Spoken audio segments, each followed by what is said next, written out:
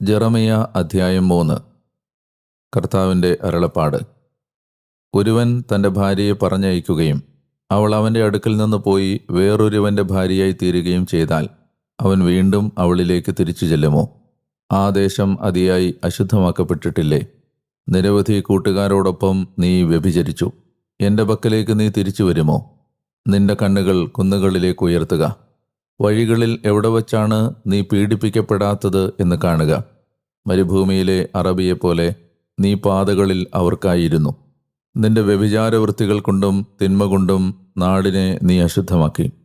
അതിനാൽ മഴ സമൃദ്ധി തടയപ്പെട്ടു, വസന്തവൃഷ്ടി ഉണ്ടായില്ല. നിനക്ക് വേശ്യയുടെ പുരികമാണുണ്ടായിരുന്നത്. ലജ്ജിക്കാൻ നീ വിസമ്മതിക്കുന്നു. നീ ഇപ്പോൾ മുതൽ എന്നോട്, എൻ്റെ പിതാവേ, എൻ്റെ യൗവനത്തിലെ കൂട്ടുകാരനാണ് നീ എന്ന് വിളിച്ചു പറയുകയില്ലേ? ഇതാ നീ ചോദിക്കുന്നു, അവൻ എന്നേക്കും ദേഷ്യം കാത്തു സൂക്ഷിക്കും.